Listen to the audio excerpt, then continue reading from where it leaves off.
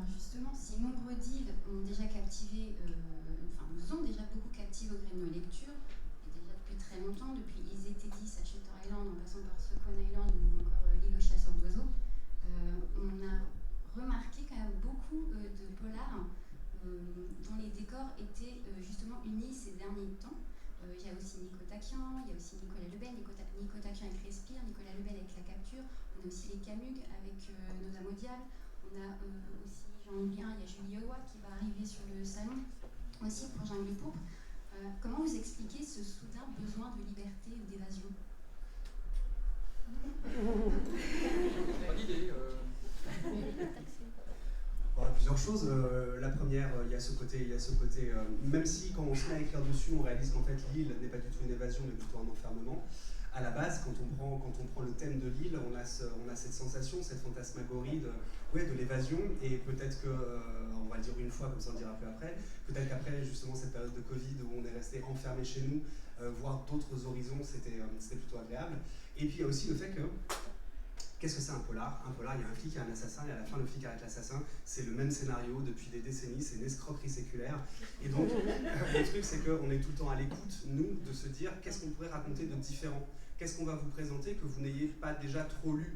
Parce qu'au bout d'un moment, les scénarios se mordent un peu ce télescope. Et donc voilà, parce qu'on est à l'écoute du temps et de ce qui se fait, parce qu'on a toujours les radars ouverts avec la seule crainte d'écrire la même chose que va écrire le voisin. Alors on est comme ça, radar ouvert, et on chope un peu le temps, on chope un peu la mélodie du moment, et il faut croire qu'on est à peu près au même diapason, puisque c'est arrivé là cette année, près de 8 à 9 bouquins qui se passent sur une île. Alors oui, en effet, moi j'ai écrit ce roman pendant le confinement, donc j'ai pas forcément conscientisé que j'avais un besoin de liberté ou d'évasion, parce que j'ai plutôt bien vécu le confinement. Mais effectivement, oui, dans l'imaginaire collectif, l'île, ça représente l'évasion, ça représente le moyen de s'échapper de notre société avec tous les mots qui vont avec. Donc effectivement, c'est peut-être un besoin d'évasion mentale de toutes les angoisses liées à cette période assez difficile. En ce qui me concerne, l'île, c'est pas tellement l'évasion véritablement, parce que pour moi, comme certains qui vivent dans le coin, qui rêvent beaucoup de liberté, moi l'évasion, c'est surtout la moto. La moto, il faut des routes, et la Réunion, ça fait 50 km de long, enfin 50 de large pour 70 de long, donc on a vite fait le tour, quoi. Et j'envisage pas ça véritablement comme une perspective de liberté. J'ai besoin de grands espaces, j'ai besoin de longueur, j'ai besoin de distance. Et je le voyais plus comme un enfermement, effectivement, comme une prison à ciel ouvert, où mon criminel allait se retrouver au bout d'un moment dans un cercle. Et pour en sortir, il n'y a pas 50 milliards de moyens. Soit on prend l'avion, et lui, avec ce qu'il a fait, il ne peut pas prendre l'avion. Soit il essaye de se faufiler dans un bateau, et les flics savent très exactement où il va aller, parce qu'il n'y a pas 50 endroits. Donc c'est une prison à ciel ouvert. Donc c'est le contraire de la liberté pour lui. Justement, j'aimerais rebondir sur la notion d'enfermement, puisque la liberté n'est effectivement qu'apparente à travers vos intrigues pour 3 huis clos à ciel ouvert, comme on vient de le dire, figurant justement la notion d'enfermement, mais de manière différente, sur le plan physique, sur le plan psychique, sur le plan psychologique, parce qu'en fait, personnage comme lecteur s'apprête à faire l'objet de cet enfermement. Et je voulais savoir si justement c'était conscient de votre part, et si ça avait participé à votre processus d'écriture.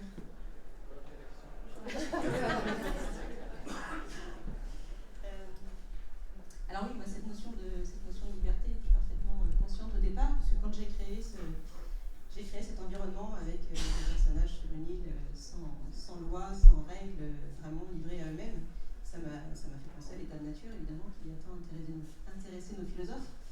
Et du coup, je me suis demandé ce que ça pourrait donner. Est-ce qu'on serait plus du côté Hobbes où le loup est un loup pour l'homme, ou du côté de Rousseau qui pense qu'un environnement d'état de nature est forcément bienveillant, et on va forcément avec des psychopathes sur l'île, du côté de Hobbes. Et on se rend compte effectivement que l'absence de contraintes et de loi n'est pas synonyme de liberté. Donc c'est vraiment ça que j'ai voulu mettre en avant par rapport à ce film. Et si je ne me trompe pas, il y a une île, il y a un endroit en Russie, il y a un territoire en Russie où il n'y a pas de code, il n'y a pas de loi, il n'y a pas de police. et les criminels ont le droit d'aller là-bas, et c'est un endroit sans foi ni loi où il doit y avoir 3 ou 4 000 personnes, et c'est les pires racailles de l'humanité, et ils sont dans cet endroit-là. Pardon. C'est ça. Alors sur le concept de l'enfermement, ce qui m'intéressait aussi sur l'île, c'était aussi le fait que j'imagine qu'on peut aussi réaliser son livre. Un réalisateur, qu'est-ce qu'il fait quand il a un scénario? Il va devoir filmer l'histoire du scénario. Mais quand c'est un bon réalisateur, avec ses images, il va vous raconter une autre histoire. Si le personnage, par exemple, a une information douloureuse à faire passer, la caméra ne va pas le prendre de face, elle va le prendre plutôt de travers. Si le personnage veut montrer qu'il a une sorte de... qui s'impose par rapport à l'autre, la caméra va être prise de bas et on va avoir l'impression d'avoir le personnage comme ça. Ça, c'est de la réalisation. Si le personnage est en train de vous mentir, on va le mettre derrière un grillage, derrière une porte fermée. Si vous dites la vérité, on va le mettre devant une fenêtre ouverte. Tout ça, c'est de la réalisation. Et moi, j'ai voulu intégrer de la réalisation dans mon écriture. Donc, pour en revenir à l'enfermement, je vous donne un exemple.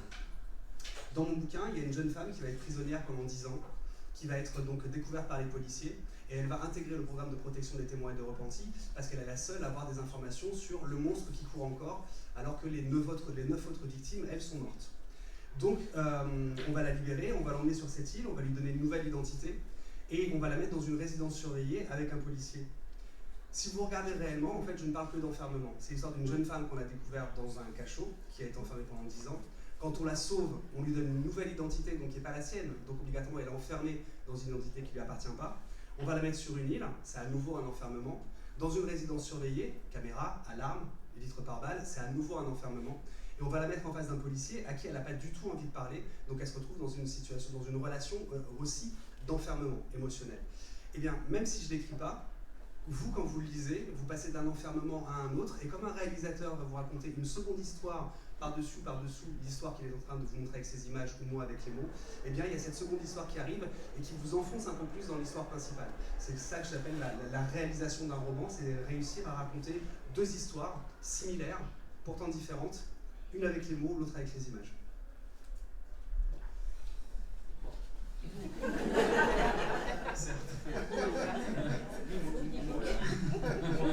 Toi aussi. En ce qui concerne l'enfermement des personnages, parce que c'est bien ça la question en fait, si j'ai bien tout compris. Moi je voulais que mon flic en fait, c'est un policier lyonnais, donc c'est un citadin à l'origine, qui est venu habiter à la campagne et qui s'est retrouvé là un petit peu par hasard. Et lui il se retrouve en fait, quand il est dans la nature, il se retrouve enfermé dans quelque chose qu'il ne connaît pas du tout. Et j'ai trouvé ça assez sympa à travailler parce que justement moi c'est complètement le contraire, c'est-à-dire que moi je me sens en liberté quand je suis dans les bois, je ne me suis jamais senti en danger quand je suis tout seul dans les bois, même au Canada où il y a des ours, des loups, enfin des animaux on peut imaginer qu'ils vont être dangereux alors qu'en fait c'est nous qui sommes dangereux pour eux. A contrario, je me sens moins en sécurité en ville et ça a toujours été le cas, et donc je voulais mettre mon citadin qui se sente enfermé dans cette forêt alors qu'il est en parfaite liberté. Et je voulais que cette intrigue lui pose un problème, ne serait-ce qu'au niveau de l'environnement. Il arrive dans cette île, il n'y connaît strictement rien. J'imagine qu'il y a beaucoup de lecteurs qui ne sont pas allés non plus à La Réunion. Et donc il découvre ce pays par son biais, par sa façon d'interpréter les choses et par son propre enfermement à lui.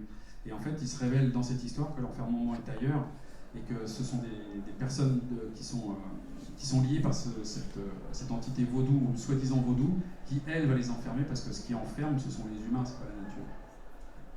Alors justement, avant d'embrayer sur les personnages dont je parlerai juste après, je voulais justement un dernier mot sur les îles dont vous parlez, parce que Saint-Pierre-et-Miquelon et La Réunion sont effectivement 2 îles bien réelles, 2 collectivités d'outre-mer françaises. L'île des damnés semble être un pur produit de l'imagination d'Angelina, et toutes 3, pourtant, vous les décrivez de manière tout à fait réaliste et immersive. Donc, je voulais savoir comment vous aviez procédé, comment vous aviez travaillé vos décors. Alors, c'est pas juste un pur produit de mon imagination, en fait. C'est une île qui existe. Alors, j'ai vraiment besoin de partir sur quelque chose de réel pour faire démarrer mon imagination, comme si j'avais besoin d'un brouillon pour lancer l'esquisse de l'imagination. Et là, du coup, je me suis inspirée d'une île qui existe, qui est au large de Venise, l'île Poveglia, elle s'appelle. Donc c'est vraiment une île abandonnée, et je me suis inspirée de sa composition avec la plage immense et l'hôpital psychiatrique qui est sur cette plage, avec les forêts denses, les hameaux en ruine. Je me suis vraiment vraiment inspiré de toute cette topographie et aussi de son histoire, de son passé, parce que c'est une île qui, pendant la période de peste, a accueilli les malades pour la mise en quarantaine. Donc il y a eu énormément de morts sur cette île qui ont été enterrés dans des fosses communes, qui ont été brûlés sur des bûchers. Donc c'est une île réputée hantée. Et puis ensuite, il y a eu des malades dans l'hôpital psychiatrique avec des expérimentations un peu douteuses, enfin c'est ce que l'histoire raconte, hein. Expérimentations un peu douteuses sur ces malades-là, jusqu'au jour où un médecin lui-même qui s'est mis à penser qu'il était devenu fou s'est jeté du haut du clocher et depuis ce jour-là, les habitants ont fui et l'île est abandonnée. Donc je me suis vraiment inspirée de cette île-là pour créer l'île d'Ibadi. J'étais un flic de terrain, je suis un auteur de terrain. En fait, je suis incapable de vous raconter quelque chose que j'ai pas vécu avant. Donc, j'ai besoin d'aller sur place et pour goûter, sentir, toucher les textures, les gens, les odeurs. J'ai vraiment besoin de m'imprégner de tout ça. Donc, ce qui fait que j'ai un tourisme assez particulier. Moi, quand je suis arrivé à Saint-Pierre, j'ai demandé où était la morgue, où était le commissariat, où était la gendarmerie, où était le centre pénitentiaire, le tribunal de grande instance. J'ai demandé quelle était la criminalité locale. Là, pour le coup, j'étais bien servi parce qu'ils ont eu. Donc, c'est une gendarmerie qui s'occupe des enquêtes sur place et ils ont eu 2 morts en 40 ans et 2 disparitions en 40 ans aussi. Donc, on pourrait penser qu'avec 4 affaires en 40 ans, ils en aient au moins résolu une. Non, ils en ont résolu aucune. Ce qui fait que c'est quand même la gendarmerie qui accuse le taux de résolution criminelle de 0%. C'est la seule. Et donc, j'étais ravi de pouvoir les mettre en avant. Et je crois que je suis plus bienvenu à Saint-Pierre, en tout cas pas à la gendarmerie, ça c'est sûr. D'un autre côté, ils avaient qu'à me laisser venir, parce qu'ils m'ont dit non, on vous laisse pas rentrer, on sait pas ce que vous allez faire avec notre gendarmerie. Je dis je voudrais juste regarder vos locaux. Ils me disent non, c'est interdit. Alors je regarde, je dis je me suis fait voler mon vélo. Rentrez alors. Ridicule.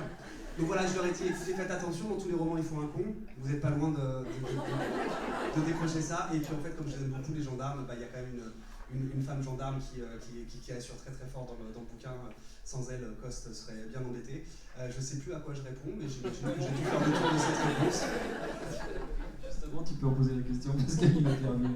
Alors, je voulais savoir justement comment vous aviez travaillé vos décors, puisque Angela, je ne savais pas si c'était un produit d'imagination. Je sais qu'Olivier est parti à Saint-Pierre-et-Miquelon. Toi, du coup, est-ce que tu es parti à La Réunion? Voilà, donc moi j'avais l'intention d'y aller, puis j'ai pas mis du tout les pieds moi par contre. Donc ce qui m'a valu, j'ai un ami en fait qui habite là-bas depuis 35 ans, donc c'est lui qui m'a servi Dieu d'oreille, et notamment Dieu au départ, enfin avec une apostrophe. Et donc quand il a lu la première version, il m'a dit ah non mais cette montagne-là elle est pas là, elle est pas à droite, elle est à gauche quand tu vois l'hélicoptère. Et puis là, non mais là ça va pas du tout, là, la ville elle est pas là, elle est là-bas. Et puis en fait il n'y a pas de volcan, il n'y en a qu'un, un autre il est un petit peu de lurette, et donc en fait c'est à force de raconter des âneries qu'il m'a corrigé et que j'ai pu avoir un texte qui ressemble à peu près à la réalité à La Réunion. Donc c'est grâce à lui en fait, effectivement, que je suis proche de la réalité, mais j'ai pas pu me déplacer sur place, j'aurais bien aimé, mais j'ai pas pu. Comme je le disais tout à l'heure, j'allais enchaîner sur les personnages que vous aviez commencé à les évoquer tout à l'heure, mais effectivement dans vos 3 romans, on retrouve d'abord Victor Coste chez Olivier, on retrouve également Joël Morel chez Angelina, après une pause plus ou moins longue dans vos bibliographies respectives, tandis qu'on fait connaissance avec Paul Kessler chez toi, Jacques. Donc 3 personnages qu'on découvre ou qu'on retrouve abîmés, autant enfermés sur cette île que dans leur propre mal-être. Qu'est-ce qui a motivé le retour de vos personnages ou la création de ce personnage, et pourquoi ces personnages-là étaient particulièrement taillés pour ces intrigues? C'est à vous. Du coup, moi j'avais laissé Joy. Alors après mes 3 romans, j'ai fait une pause avec Joy pour écrire Synopsis. Et en fait, là, j'ai ressenti le besoin de la retrouver. C'est mon premier personnage, c'est celui que j'ai vraiment pris le temps de construire pour mon premier roman. Et du coup, elle me manquait, donc j'avais envie de retracer une intrigue avec elle. Et c'était difficile pour moi de repartir, puisqu'elle avait vécu quand même des choses très douloureuses dans les 3 premières enquêtes, et elle était rendue à un point où elle se posait énormément de questions sur sa mission et sur ses objectifs. Donc je me suis dit qu'il lui fallait un environnement qui la pousse un peu dans ses retranchements et qui lui apporte des réponses à tous ses doutes et ses questions. Donc voilà, je l'ai envoyé sur cette île. Ce qui est intéressant, c'est d'essayer de ne pas avoir un personnage auquel on s'attend. C'est-à-dire que si on prend pour un serial killer, un monstre psychopathe, qui coupe des têtes et qui mange des enfants, c'est un peu dans sa fiche emploi, quoi. Donc voilà, c'est ce qu'on attend de lui. Pour un héros, c'est la même chose, il fait des trucs héroïques, c'est aussi dans sa fiche emploi, c'est pas surprenant. Donc réussir en fait à trouver presque en fait la pire personne pour la mission. J'ai écrit un bouquin qui s'appelle Surface et c'est l'histoire d'un cold case. Et donc c'est une enquête qui remonte à 25 ans, il n'y a plus de traces, il n'y a plus d'indices, et pour avoir des informations sur la disparition de ces 3 enfants, il va falloir aller dans la mémoire des gens, donc il va falloir aller à la rencontre des gens. Donc je me suis dit, quel personnage serait le moins apte à faire ça? Donc j'ai créé un personnage qui s'appelle Noémie Chastain, et dès la première page, on lui tire dessus au fusil, elle perd la moitié du visage, elle est défigurée, et donc elle n'a aucune envie d'aller voir l'autre. Et donc je choisis ce personnage qui n'est pas du tout prêt pour faire cette mission, justement pour une mission qui ne lui convient pas. Pourquoi? Parce que justement ça va la forcer à être meilleure, ça va la forcer à se sublimer, et donc à devenir elle-même sublime. Et on ne s'attend pas justement à ces réactions, parce que justement ça ne va pas dans son ornière, dans son sillon. Là c'est à peu près la même chose. C'est l'histoire d'une gamine qui, à un moment donné dans ce roman, dans les Glomes de Kaplan, mon policier va devoir intégrer au programme de protection des témoins et des repentis un témoin, là une jeune femme qui s'appelle Anna. Lui, normalement, il s'occupe des repentis, et les repentis, c'est des anciens criminels, alors il s'en fout un peu. Et quand arrive cette jeune femme, il va falloir qu'il y fasse attention, il va falloir qu'il assure sa sécurité. Et je me suis dit, qui aurait de meilleur que le capitaine Coste pour faire ça? Vu que le capitaine Coste, il a une armure, il a une carapace de 6 ans, il n'a aucune envie de sourire, il n'a aucune envie d'être avenant, il n'a aucune envie de s'occuper de quelqu'un. Et justement, parce qu'il n'en a pas envie, il va falloir qu'il se sublime, il va falloir qu'il soit meilleur. Et c'est tout ce qu'on demande à un personnage, c'est d'aller là où on ne l'attend pas, évidemment. En fin de compte, un serial killer qui se lève le matin en tuant des enfants, ok, d'accord, je m'y attends. Mais s'il se lève et qui fait le petit-déj de sa fille, qui l'emmène à l'école et qui chante à tue-tête dans la voiture des chansons de dessins animés, moi il me fait flipper, carrément. Parce que c'est quelqu'un qui me ressemble, c'est quelqu'un qui fait les mêmes choses que moi. Donc c'est toujours intéressant en fait de prendre la pire personne pour compléter une mission. Ça permet en tout cas de ne pas être dans des caricatures ou dans des ornières un peu faciles. Mon personnage principal, en fait, j'ai pris un policier qui arrive en retraite. Donc, pourquoi un policier qui arrive en retraite? Parce que moi, j'arrivais en retraite, je trouvais ça marrant de travailler ce sujet-là. La différence, c'est que moi, j'ai passé une vie d'ouvrier, donc moi, j'ai travaillé dans la joaillerie, donc à part se faire braquer, c'est pas spécialement palpitant. Au niveau danger, je veux dire, on risque plus que de se piquer un doigt ou de se percer un ongle. Mais au niveau danger, c'est tout. Et je me suis demandé ce qui se passait dans la tête d'un joaillier, je sais, quand il s'arrête de travailler, mais d'un policier, qu'est-ce qui se passe quand il arrive en retraite? Quand il arrête de bosser, un gars qui a porté un flingue pendant des années, qui a vécu une vie dangereuse, qui a été confronté à des tas d'affaires où il risquait sa peau, il arrête de bosser d'un seul coup, qu'est-ce qui passe? C'est comme je le dis souvent, comme mon chien, quand il apprenait à nager, je sortais de l'eau, il continuait à pédaler. Et là, j'imagine que le policier, dans sa tête, il continue à envisager, il a vécu comme ça tout le temps, et il a toujours cet esprit, en fait, à vif sur les choses qu'il aperçoit dans la vie. Et là, il se trouve, lui, il a perdu son enfant dans un accident de voiture quelques années plus tôt, un fils qui était adulte, un problème d'alcool, une bagarre entre le père et le fils, le fils part en colère, et il se met en vrac avec sa voiture dans un arbre, il se tue. Et donc le père souffre de la disparition de son fils, donc il s'en sent un petit peu la cause, en fait. Il rencontre un homme qui lui aussi a perdu son gamin dans un accident d'hélicoptère à La Réunion. Et donc cette personne qui a perdu son gamin à La Réunion sait que le flic a perdu son fils et qu'il est en retraite. Et donc il va essayer de l'engager pour aller enquêter à sa place, là-bas à La Réunion, puisque la police locale refuse de rouvrir l'enquête. Lui, le père est persuadé que son fils n'a pas eu d'accident parce que c'était un pilote émérite. Mais la police a conclu un accident et refuse d'ouvrir l'enquête. Et donc il va envoyer ce flic qui, par empathie pour lui, va se déplacer jusqu'à La Réunion pour enquêter en off.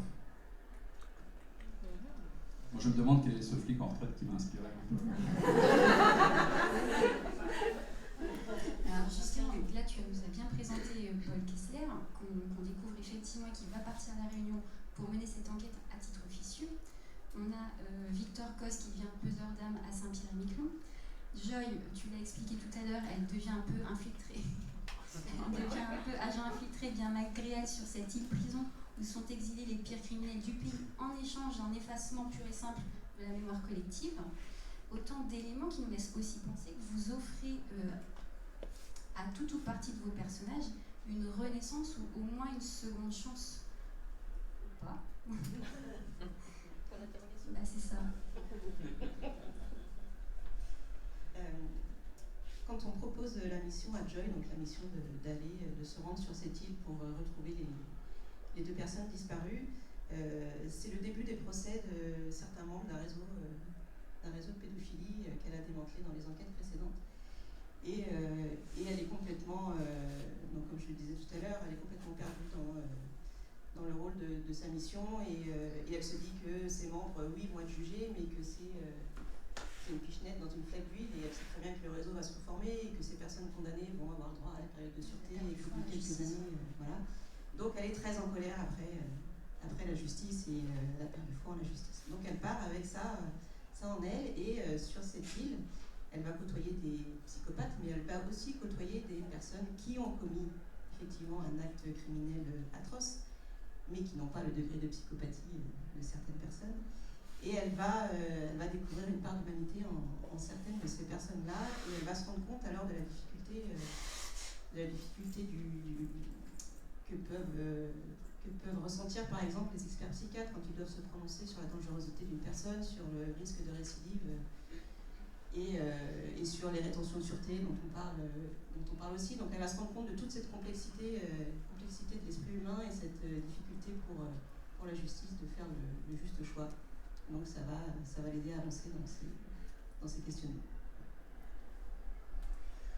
La seconde chance, la repentance, la page blanche, c'est quelque chose qui m'a animé pendant tout mon temps. J'étais capitaine de police. Moi j'ai rencontré l'autre quand il a dérapé, quand il est cassé, quand il est torturé. En tout cas je rencontre l'autre quand à un moment donné quelque chose dans sa vie déraille. Et j'ai toujours été un flic plus intéressé par les victimes que par les mises en cause. À la fin c'est la même chose, hein, on arrête un salaud, on essaie de le mettre en prison, mais c'est vraiment deux philosophies différentes. Et j'ai passé ma carrière à dire aux victimes, une fois que la procédure était terminée, voilà, aujourd'hui, c'est pas un jour comme les autres. Aujourd'hui, c'est un nouveau jour. On a tourné une page. Moi, je fais partie de cette page qui est tournée. Et la dernière chose que je pouvais leur dire, c'était que tous les matins, c'est une seconde chance. Tous les matins, c'est une page blanche. Et que c'était à elle ou à eux de prendre bien ça en conscience. Et donc, on se quittait toujours régulièrement sur cette phrase demain, ce sera une seconde chance et vous pouvez recommencer. Donc, c'est quelque chose qui infuse dans à peu près tous mes romans. J'ai pas grand-chose à dire. La seconde chance, c'est quelque chose que je vais aussi aborder dans ce livre, forcément.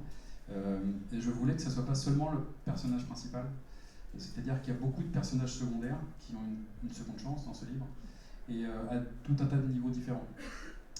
Que ce soit une femme, une jeune fille, que ce soit un flic, que ce soit un gendarme, que ce soit un criminel, lui aussi, il a éventuellement une seconde chance.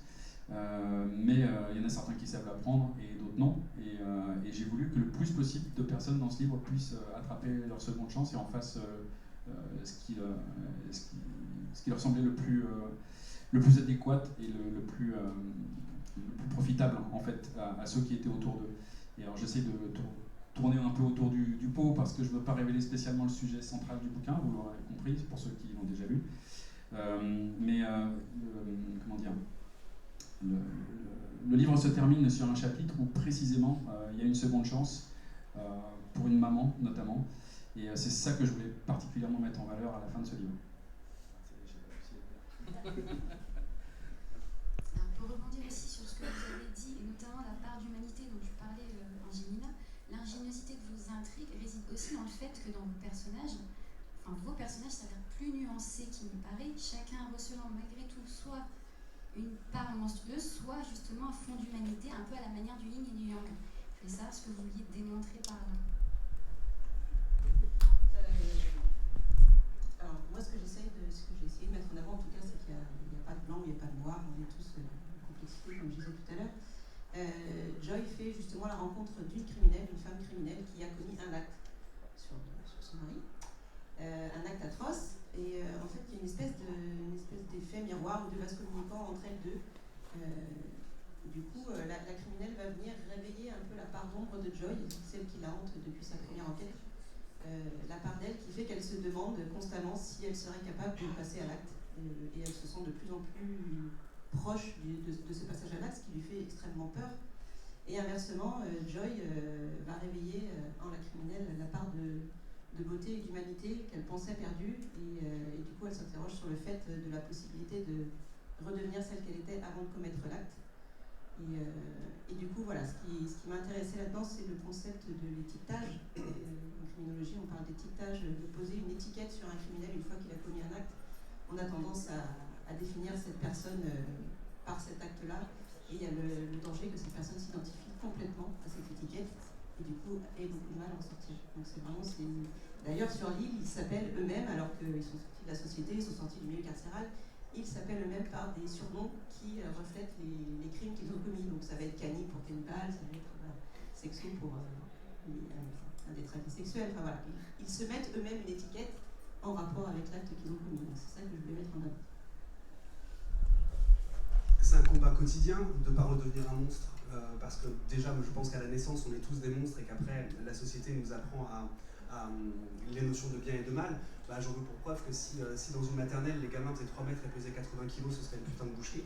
Et que évidemment, quand on est gamin, on vous vole un jouet, vous passez à l'acte, quoi. C'est-à-dire que vous reprenez le jouet, vous partez à la bagarre, et qu'à un moment donné, on vous dit non, ça c'est mal, non, non, non. La grande période du non, ou du non, ça c'est mal, non, tu peux pas faire ça. Parce que justement, on a besoin qu'on nous dise pendant des années et des années et des années ce qu'on a le droit de faire et ce qu'on n'a pas le droit de faire. Parce que oui, on est des animaux, on est des mammifères, et obligatoirement, on a ce truc de préservation, on a ce truc de survie, on a quelque chose à la fois de clanique et de territorial, et qu'au fur et à mesure, la société va nous apprendre à ne plus être des monstres. Et j'en veux pour preuve que nous sommes tous et toutes des monstres. On va faire un petit jeu, si vous avez 20 secondes. Vous allez essayer de vous souvenir la dernière personne qui vous a blessé, trahi, humilié, et vous allez vous souvenir quand vous étiez dans votre lit, en fermant les yeux, les tortures que vous aviez prévues pour elle ou lui. Voilà, si vous rigolez, ça y est, vous avez les images, c'est donc vous êtes bien des monstres. Et on l'est tous, et donc c'est hyper intéressant de voir que nos personnages ont cette capacité à déraper et à devenir exactement ce qu'ils vont traquer. Moi, mon capitaine, quand on touche à quelqu'un qui compte, il a un voile, il devient complètement cinglé, et il se retrouve régulièrement avec du sang sur les poings en se disant mince, j'ai un peu déconné. Mais le fait est que voilà, le monstre il est là, il est affamé, il est toujours à l'écoute, et on se bat quotidiennement pour rester l'homme et la femme sociale qu'on nous a appris à être. Mais normalement vous remarquez dans toutes les meutes, dans toutes les familles animales, le recours à la violence, à la mort, c'est constant. Chez nous, on a donné ça à une institution qui s'appelle la justice. Donc on a décidé de se départir de la violence. Mais il en faut un trajet intellectuel et philosophique, mais surtout un peu comme des bonsaïs. On nous a empêchés comme ça de devenir les monstres qu'on devrait tous et toutes être. Et c'est bien dommage parce que ça nous a beaucoup plus. Ouais, ce que je trouve intéressant dans ce type de travail sur les personnages, c'est qu'effectivement, on sait qu'on peut devenir très violent par moment quand on touche à nos enfants, quand on va nous agresser, quand on va vouloir nous voler quelque chose auquel on tient. Mais quel est le déclic en fait qui fait passer de la violence simplement de défense au monstre, au véritable monstre qui peut sommeiller en chacun de nous? Parce que moi je suis convaincu qu'au-delà d'une certaine limite, chacun d'entre nous a cette part du monstre en lui et qui va se déclencher de manière totalement aléatoire en fait. On ne sait pas du tout quand ça va se déclencher, sinon on aurait des alertes, on aurait des avertisseurs, et ça peut se passer dans la tête de chacun d'entre nous ici. Il suffit qu'on touche chez vous, dans votre famille, à ce qui vous est le plus cher, et qu'on lui fasse tellement mal que vous ne puissiez plus supporter, et que, comme disait Olivier, vous pétez totalement les plombs, vous grillez un fusible, et en fait plus rien ne peut vous arrêter. Plus la raison, plus la loi, plus aucune limite. Il n'y a absolument plus rien qui va arrêter le ravage. Et donc moi c'est ce qui m'intéresse, c'est ce déclic en fait, à partir du moment où la personne devient véritablement le monstre qui est en elle. Alors, pour rebondir aussi sur la zone d'ombre dont vous parliez, effectivement, on a 3 îles sur lesquelles vous explorez les plus bas instincts de l'être humain, pour le pire, et pour le pire, on va pas se mentir. Comment vous sont venues ces idées? Est-ce que vous pensez justement que le milieu confiné sur lequel vous avez installé vos intrigues puisse exacerber les plus noirs desseins de l'âme humaine? Allez.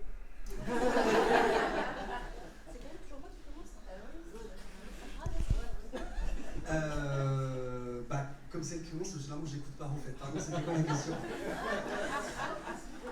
Je vous demandais effectivement, vous explorez les plus bas instincts de l'être humain. Ah oui, est-ce que l'île, l'enfermement, ça peut exacerber ça? Oui, alors l'île c'est un petit peu comme un petit village. Oui, ça exacerbe parce que tout le monde connaît tout le monde. Et obligatoirement, quand il arrive quelque chose à quelqu'un, ça vous arrive à vous parce que En fait, vous connaissez une personne qui connaît cette personne. Dans un village, quand quelqu'un est agressé, ça touche tout le village. Dans un village, quand quelqu'un a une maladie grave, quand un enfant a une maladie grave, ça touche tout le village. À Paris, tout le monde s'en fout, royalement. Donc en fait, plus on est confiné, plus le groupe social est restreint, plus en fait, les bonheurs arrivent à tout le monde et les malheurs arrivent à tout le monde. Et quand il y a une animosité, en fin de compte, elle va diviser l'île en deux, ou diviser le village en deux. Il y a ceux qui sont pour, il y a ceux qui sont contre, mais ça concerne absolument tout le monde. Donc oui, ça peut être un exhausteur d'embrouille et de colère. Et puis, s'ajoute aussi le fait que sur une île, on ne peut pas en partir. C'est un peu le concept... alors, il y avait sur l'île de Saint-Pierre un vieil homme qui avait été accusé de... Oh là, vous filmez ? Oui. Alors, vous n'aurez pas cette histoire.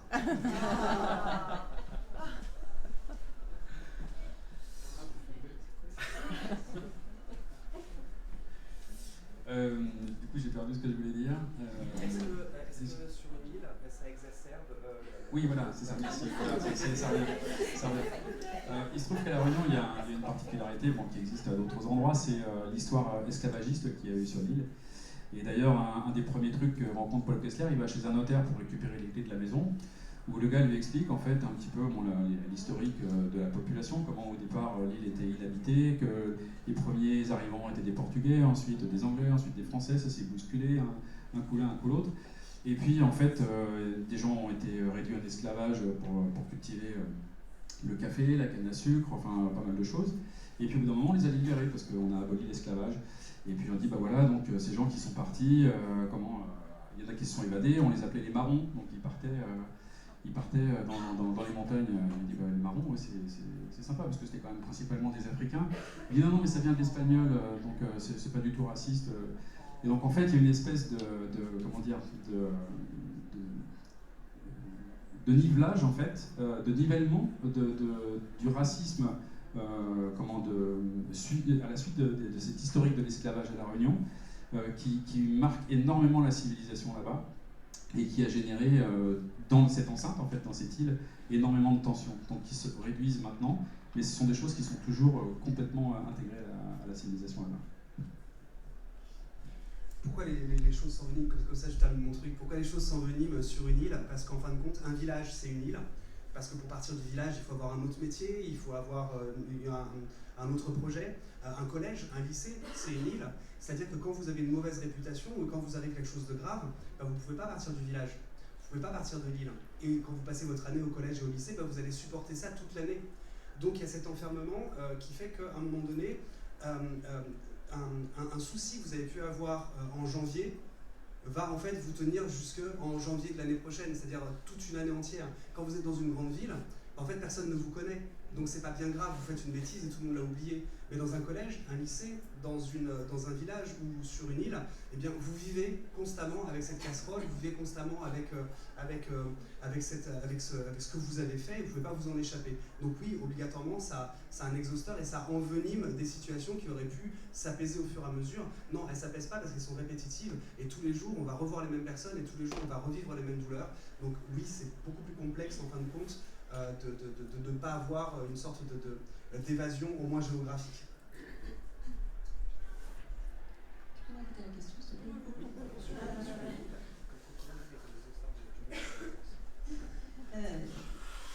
Ils ont déjà bien fait le tour du truc, hein. En fait je peux faire passer la première, mais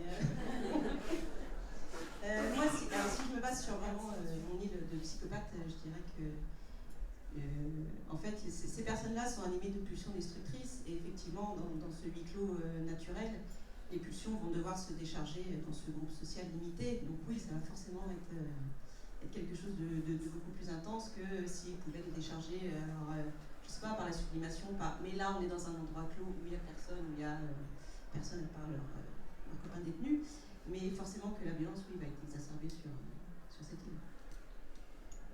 Je vois le temps qui défile, donc j'ai une dernière question qui va probablement pas vous plaire, mais on verra bien. Je voulais revenir sur l'île elle-même et sur son climat ou sa météo. Parce que dans chacune de vos intrigues, il arrive que les éléments se déchaînent. Et je voulais savoir si ça pourrait refléter l'état d'esprit de vos personnages, eux-mêmes isolés en leur fort intérieur et en proie à leur propre tempête. Écoute, si tu prends un lieu, ou si tu prends un phénomène climatique, si tu prends quoi que ce soit qui, en fin de compte, va entourer ton enquête ou ton roman, et que ça n'a aucun rapport avec le roman, alors t'écris un guide du routard. C'est pas très, c'est pas utile. Donc, oui, évidemment, en tout cas, me concernant, s'il se passe quelque chose à côté de mon personnage, c'est qu'en fait, ça va aider soit à la construction de mon personnage, soit à la construction de l'enquête. Les brumes de Kaplan. Donc les brumes s'abattent au même moment où mon flic commence à se poser des questions sur la témoin qu'il est obligé de garder. Donc métaphoriquement, on a un brouillard dans l'enquête, et réellement, concrètement, on a un brouillard qui s'abat sur l'île. On va rencontrer une jeune fille qui s'appelle Esther, mais que je surnomme Mercredi.